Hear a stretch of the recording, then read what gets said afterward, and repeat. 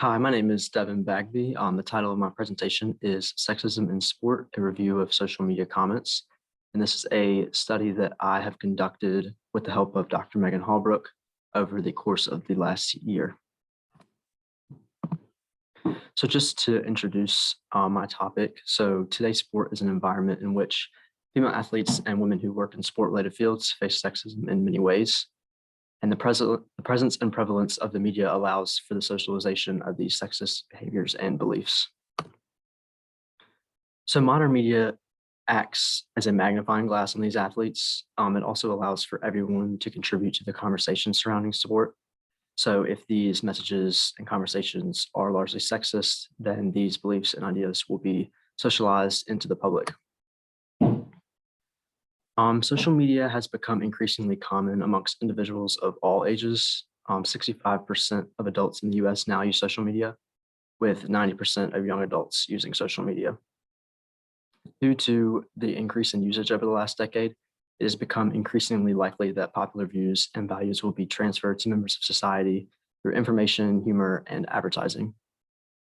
Bullying through social media, also called cyberbullying, has increased with this increase in usage. Cyberbullying can be extremely influential in the normalization and socialization of ideas, values, and behaviors.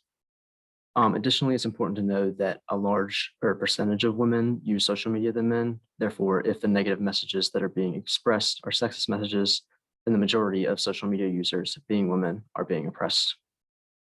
It is also important to note that most social media platforms, especially the most popular platforms, were created and sculpted by men, meaning that social media is a platform created by men to be consumed by women. Also, some research has shown that not only does the increase in cyberbullying normalize the activity to its users, but it also increases the likelihood that other users will engage in cyberbullying. So the purpose of this study was to raise awareness on the issues of sexism in the media surrounding sport. And because social media is relatively new, it is important to recognize and evaluate the ways in which sexism affects female athletes and women in sport in this platform.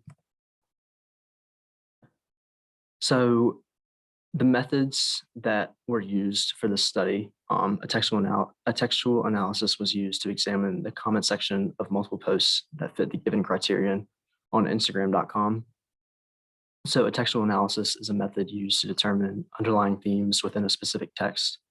And the goal of this textual analysis was to uncover themes within the comments that may be obvious or subtle.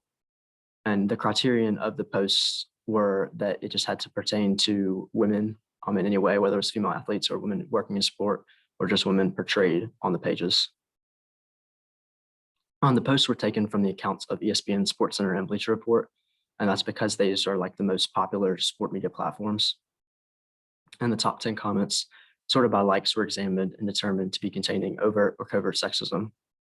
Instagram was really convenient in this way because they sort their likes, or they sort their comments by the number of likes. So the most liked comment would be shown first, and the second like would be shown second, etc. The timeline of posts that were chosen was from January 1st, 2021 to February 28th, 2021. So some general results, there were 116 posts during this time frame that fit the criterion. And out of 77 posts that have been coded so far, 95% of posts contain sexist comments in these top 10 comments. Out of these 77 posts coded so far, there are 494 sexist comments total, all within the top 10 of each post, meaning that the top 10 comments average 6.5 sexist comments in each post. So more specific results, common themes throughout the findings were recognition of sexism, general negativity, assumption of inferiority, restrictive gender roles, and objectification. So assumption of inferiority basically just refers to the notion that women are less physically and or mentally able than men. And an example of this, one of the comments that was present was, quote, "Just when I thought the officiating couldn't get any worse." This had 1,086 likes, and it referred to a woman refereeing the Super Bowl. Restrictive gender roles was another common theme, and this just basically refers to narrowly and strictly defined boundaries of acceptable behaviors based on one's gender, and these boundaries are dictated by stereotypical characteristics each gender is supposed to possess.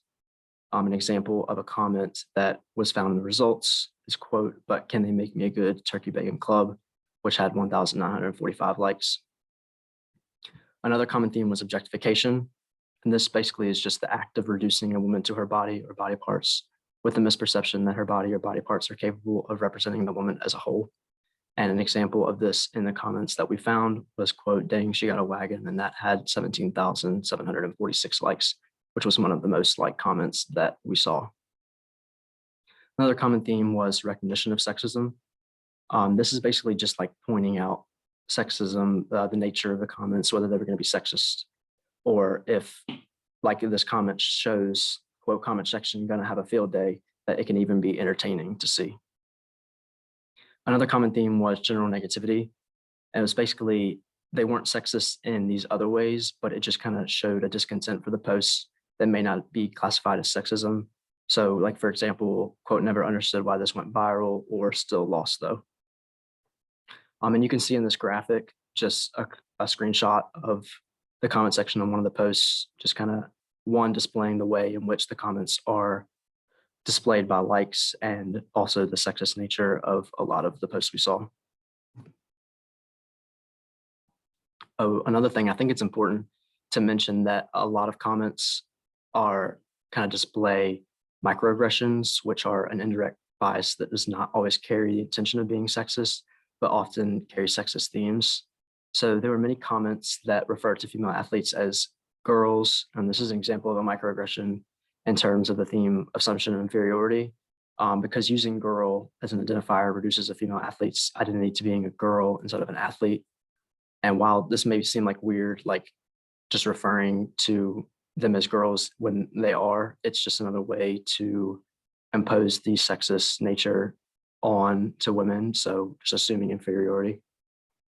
Another comment, like a specific comment that showed up microaggression, was, quote, "Their son gonna be elite." And this was in reference to a couple who was playing basketball in the post. This is an example of a microaggression because the user is not intending to be sexist, but they are demonstrating a bias towards men being superior athletes, or else they would have said their child is going to be elite. So future research could include results that incorporate intersectionality. Some of the coding that we did actually included recording racist, homonegative, and transphobic comments, but future research could just incorporate these and examine them the same way, include them in the results. There are many implications that can result from the sexist treatment of female athletes and women in sport, such as sexual harassment and these messages being sent to girls who wish to play or be involved in sports. I encourage any questions. Thank you to Randolph College and the Center for Student Research for the RISE grant, for allowing me to participate or conduct this study and give a platform for me to share it. So I've also included my contact information if anyone has any questions. And there's also a way to ask questions through the symposium's website. Thank you.